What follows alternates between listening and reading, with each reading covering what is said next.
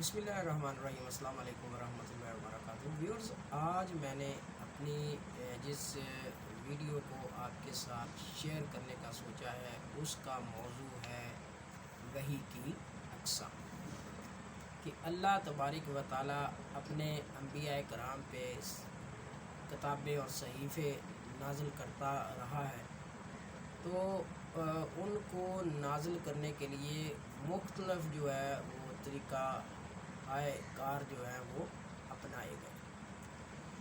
تو وہ جو وحی آتی تھی اس وحی کی کچھ اقسام جو ہیں جن کا ذکر ہمیں قرآن و حدیث میں ملتا ہے وہ میں آپ کے ساتھ شیئر کرتا ہوں۔ طالب علموں کے لیے یہ اس میں بڑا فائدہ ہے۔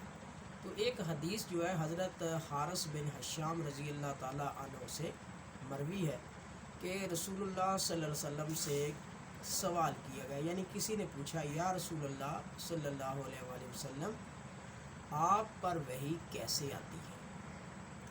رسول کریم صلی اللہ علیہ وآلہ وسلم نے فرمایا کہ کبھی تو وحی ایسے آتی ہے جیسے گھنٹی کی آواز ہو، جیسے یہ فون کی گھنٹی بجتی ہے تو اسی طرح۔ دوسرا، اور یہ بھی ساتھ فرمایا کہ یہ وحی مجھ پہ بہت سخت گزرتی ہے، یہ جو گھنٹی کی طرز پہ ہے۔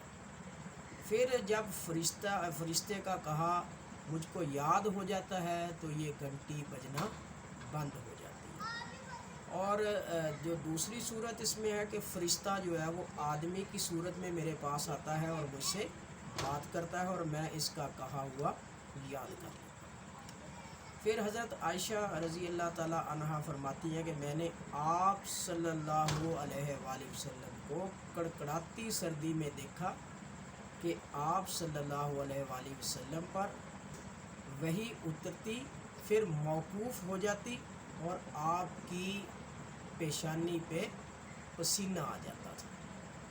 تو یہ کچھ جو احادیث میں وحی کی اقسام ہے۔ اس کے علاوہ جو ہے وہ القاء فی القلب ہے، ایک چیز کہ دل میں کوئی بات ڈال دینا، اور ایک اس کے ساتھ ہے سچے خواب، تو یہ بھی وحی کی قسم میں آتے ہیں۔ تو اللہ تبارک و تعالیٰ ہمیں توفیق دے کہ ہم مزید تحقیق کریں اس پہ۔